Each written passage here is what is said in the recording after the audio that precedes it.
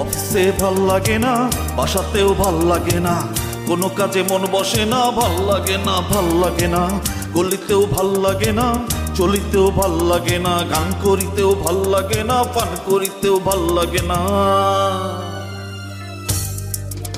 আমার কি করিতে ভাল লাগে না, তাও বলিতে ভাল লাগে না, ভাল লাগে না, আমার ভাল লাগে না, ভাল লাগে না, ভাল লাগে না। এ কোন রোগে ধরলো আমায়, ভাল লাগে না, ভাল লাগে না, ভাল লাগে না। বুঝছো, আমি জানতাম এরকম একটা ঘটনা ঘটবো। কি জানতা? শোনো, আপার একটা মান সম্মান আছে না? একটা মেয়ে আমেরিকান সিটিজেন, সে কয়দিন বসে থাকবো? পুলক ভাইয়ের লাগে কয়দিন বসে থাকবো? সে আসছে বিয়ে করার জন্য, আর পুলক ভাই তার বিয়ে না করে বারবার ভাগা মারতেছে। তার একটা মান সম্মান আছে না, প্রেস্টিজ আছে না? সে ভাইজানকে বিয়ে করতে আসেনি, সে ভাইজানের বান্ধবী। ওরে বাবারে, বান্ধবী কি এটা আমরা বুঝি? বান্ধবী আর প্রেমিকা একই কথা। কেউ কি স্বীকার করে আমি প্রেমিকা, কয় বান্ধবী, আসলে ভিতরে ভিতরে প্রেমিকা, এটা আমরা বুঝি না? আমারই শিখাও। প্রেমিকা আর বান্ধবী এক না, বান্ধবী বান্ধবী আর প্রেমিকা প্রেমিকাই। তুমি বেশি বেশি বোঝো। বাবারে, প্রেমিকা বান্ধবী হইতে পারে, আবার বান্ধবী প্রেমিকা হইতে পারে, আমার এগুলি শিখাও, আমরা এগুলি বুঝি না। এখন একটা আমেরিকান মেয়ে, সে আসছিল তারা বিয়ে করার লেগে, তারা অপমান করা হয়েছে, তারা বিয়ে করে নাই, ভাইজান তারা অপমান করছে, তার প্রেস্টিজে লাগছে, সে মনের দুঃখে রাগ করে চলে গেছে। এই তো হইতেছে ঘটনা, আর কি? ভাইজানের উপর সে রাগ করছে তোমাকে বলছে?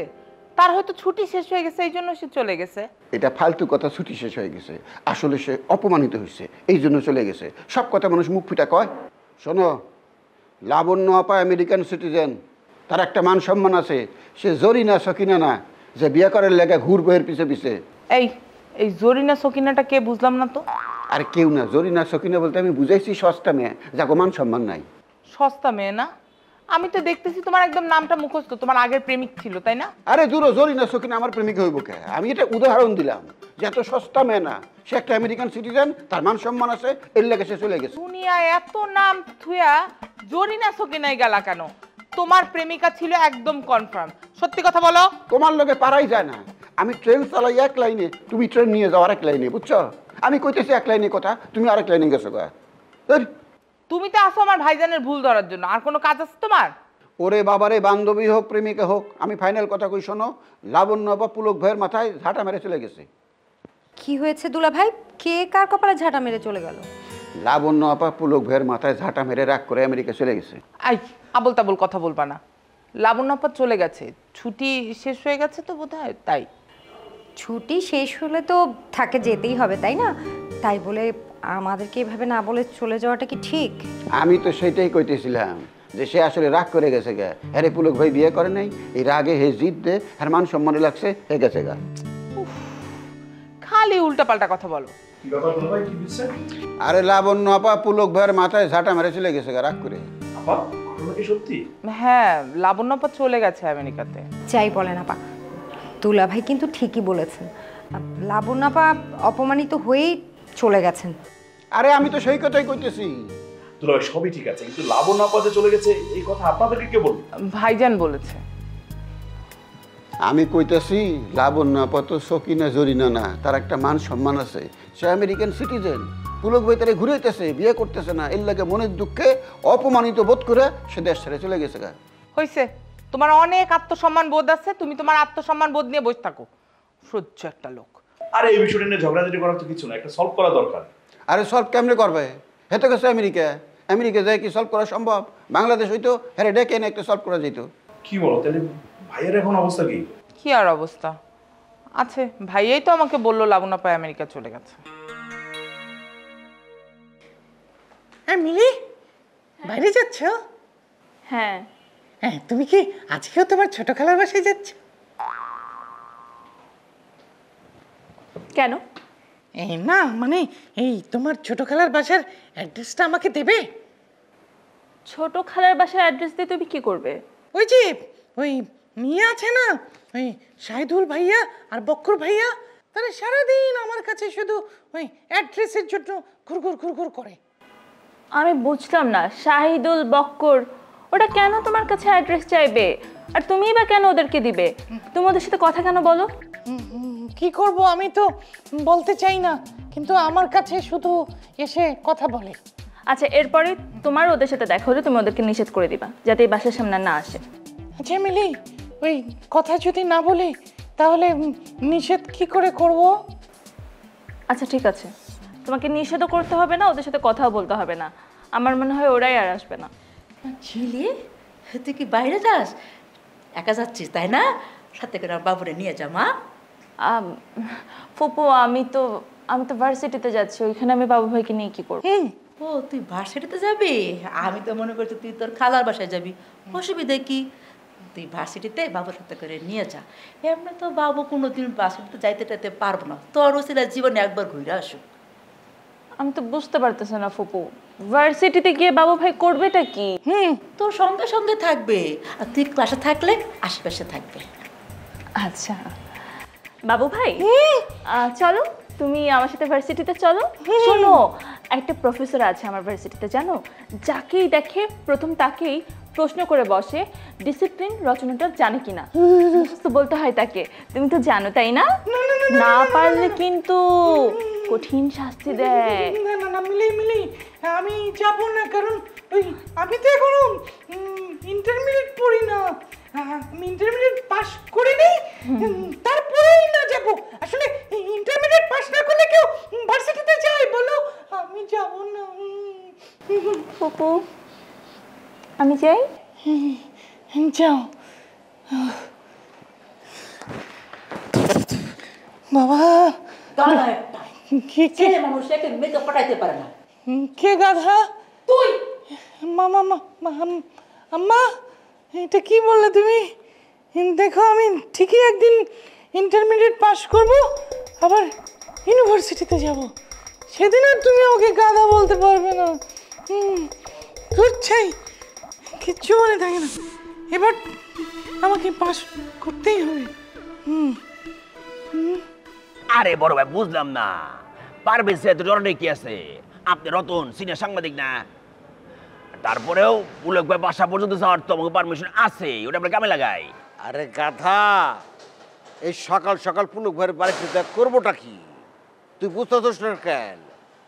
লাবণ নাপা চলে গেছে, পুলক ভাইয়ের মন মেজাজ খিচড়ে আছে। দেখা গেল দুজন যে হাজির হইলাম, মেজাজটা খারাপ হয়ে গেল, ঠাস ঠাস করে দুটো চর মেরে দিল। বারেপুর যা চর খেয়ে আসার কোনো দরকার আছে? না না না না না, এটা অবশ্য আপনি ঠিকই কইছেন, রিস্ক তোর কোনো দরকার নেই বড় ভাই। পুলক ভাইয়ের বাড়িতে রিক্স, ঠিক আছে, ওই বাড়িতে না হয় গেলাম না, কিন্তু বদরুল ভাইয়ের ওইখানে না গেলে তো 20,000 টাকা হাত ছাড়া হয়ে যাবে। তাহলে চলেন। এই চলেন কইলে কি যাওয়া যায়? তুই বুঝতেছিস না, ওই শালার টাকলা যখন ওই বাড়ির সামনে যাই, ওইটা কোথা থেকে যেন এসে হাজির হয়ে যায়। তাহলে যায়েন না। যাবো না যে 20,000 টাকার শোক, এটা তো আমি সামাল দিতে পারম না রে। তাহলে চলেন। রামু, এ পারভেজের মসুয়ার চেহারাটা চোখের সামনে ভাইসা উঠলে তো কলিজা মলিজা শুকিয়ে যায় রে। বড় ভাই, এটা বুদ্ধি আছে। আপনি বদরুল ভাই ফোন দেয় কন যে মকবুলের কাছে টাকাটা পাঠা দেয়। রে ডাবলু, তোর মাথায় তো দেখতেছি দিন দিন বুদ্ধি। তা খুব ভালো একটা বুদ্ধি করছোস। দাঁড়া, মকবুলরে ফোন দিয়ে বলে দেই 20,000 টাকায়। আবার কি হলো? বদরুল রে ফোন দিয়ে যে কথা বলবো, তাহলে তো আবার এই শালার মকবুল সে তো সাক্ষী হয়ে যাবে। সাক্ষী রাখা যাবে না, সাক্ষী রাখলে ঝামেলা আছে। তাহলে বড় ভাই, আমার আরেকটা বুদ্ধি আছে। কি? আপনি বোরকা পইরা হিজাব পইরা খালি চোখ দুবার করবেন, বার করে সুন্দর করে সিঁড়িতে চালে উঠে যাবেন, মোশাররফ সাহেব দেখলে বুঝতে পারবো না। তরে যদি একটা থাপ্পড় দিয়া পুরা কাল্লাটা উড়ে দিতে পারতাম, খুব ভাল লাগতো। আমি কে? আমি সিনিয়র সাংবাদিক রতন। বোরকা পরা অবস্থায় কোনো বাড়িতে আমি ধরা পড়লে এটা কি নিউজ হবে তুই বুঝতে পারছিস? বোরকাও লাগবে না, কিচ্ছু লাগবে না, বুকের পাটা ফুলে এমনি ঢুকুম, যা হয় হইব। আয় চলেন, কি আছে জীবনে আমার। কি হয়েছে আপনার? আপনার কি খারাপ লাগছে? আহারে, আপনার জন্য তো আমারও খারাপ লাগছে। আপনি এভাবে ঘেমে যাচ্ছেন কেন? হ্যাঁ, ঘেমে যাচ্ছি। মা বলতো আমার নাকি আদর কপাল, এই জন্য আমি একটু বেশি ঘামি। আমি কি আপনার ঘাম মুছে দেব? মিলি, তুমি আমার ঘাম মুছে দিবা? আমি আপনার কপালের ঘাম মুছে দিই? দিব? কপালটা সামনে আনি, আরো সামনে।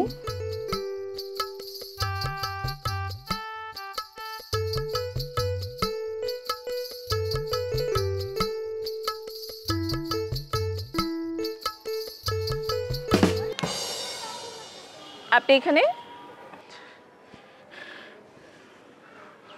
ও, আমি এনে কে রে? এটা তো তুমি ভালো রে জানো। ওই শিক্ষিতা মিলি, আমি অন্য কারো ঘরে কি তো স্বপ্ন দেখছি, শুনলে তুমি বেকুল হয়ে যাইবা। কি স্বপ্ন দেখতেন আপনি? স্বপ্ন দেখতেছিলাম কি, মানে আমি তো তোমার লেগে অপেক্ষা করতেছি এন।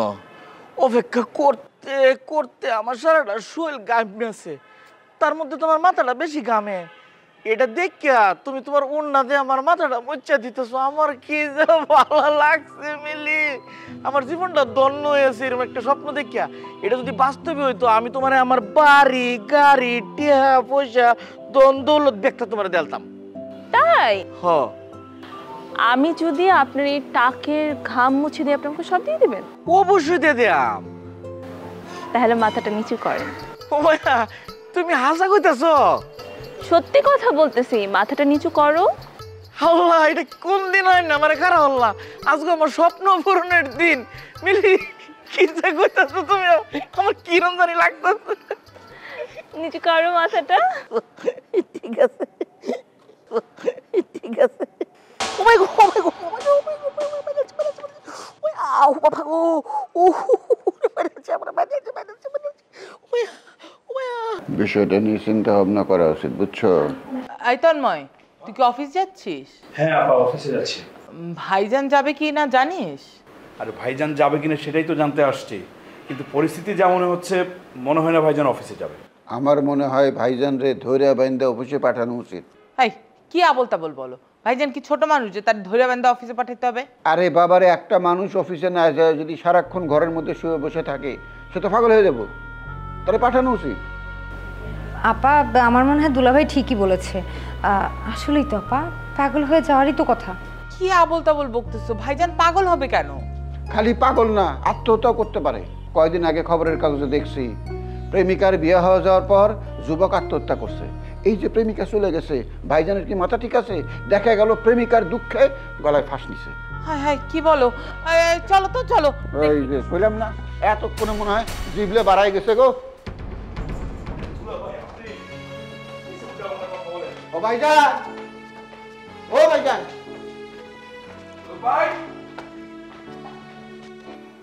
স্যার, আমাকে আসতে কইছেন? হ, এই দরজা বন্ধ করছো তো? হ্যাঁ, দরজা বন্ধই আছে। এই শুন, ওই একটু খাওয়া দাওয়ার নিয়ে খুব খিদে লাগছে। ও এই কথা? বয়। স্যার, এই কথা যদি ফোনে কইতেন তাহলে আমি একবারে খাবার টাবার নিয়েই আসতাম। তো টাকা নিতে হইব না? আচ্ছা দেন। টাকা দিতেছি, রাখ। এই শুন, এই বাড়ির সবার খবর কি রে? কার খবর চান স্যার? না, এই বাড়ি এলাকা ফ্যামিলি আর অন্যান্য যারা আছে। স্যার, এই বাড়ি ফ্যামিলি অন্যান্য খবর বাদই দিলাম। সবচাইতে মহাবিপদে পড়ে গেছিল আমাদের দুলাভাই।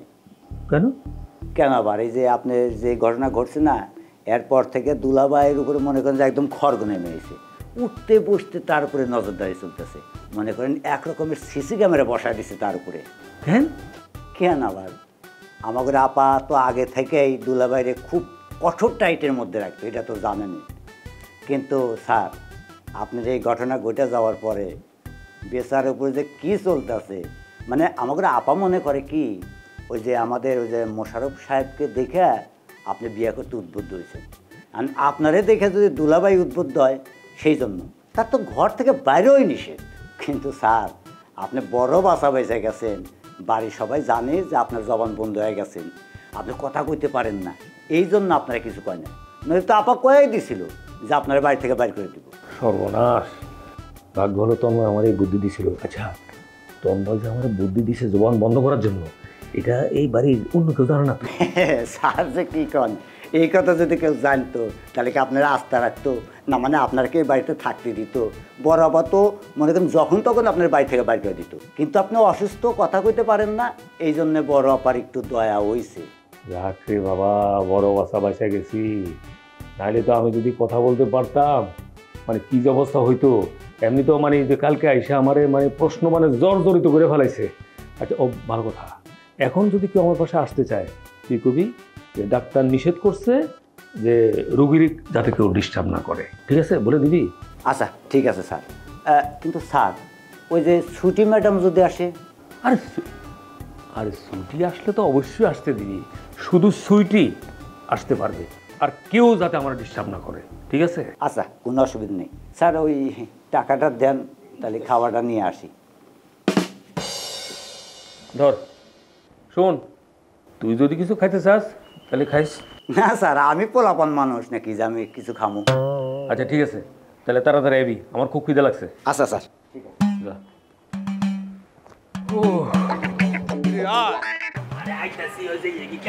কি ব্যাপার সিনিয়র সাংবাদিক রতন ভাই, কই যাবেন?